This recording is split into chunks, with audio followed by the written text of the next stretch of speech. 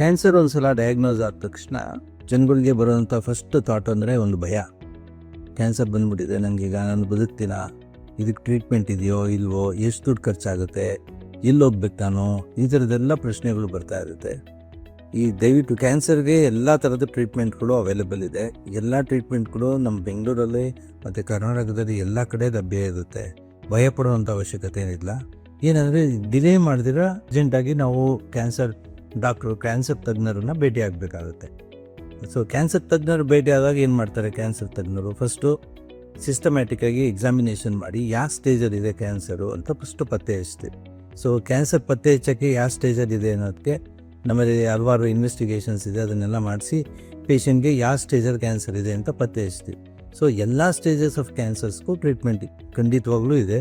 Cancer stages ಅಂದರೆ stage 1, 2, 3, 4 ಅಂತಿದೆ. ಎಲ್ಲ ಸ್ಟೇಜಸ್ ಆಫ್ ಕ್ಯಾನ್ಸರ್ಸ್ಗೂ ಇವಾಗ ಟ್ರೀಟ್ಮೆಂಟ್ ಅವೈಲೇಬಲ್ ಇರುತ್ತೆ.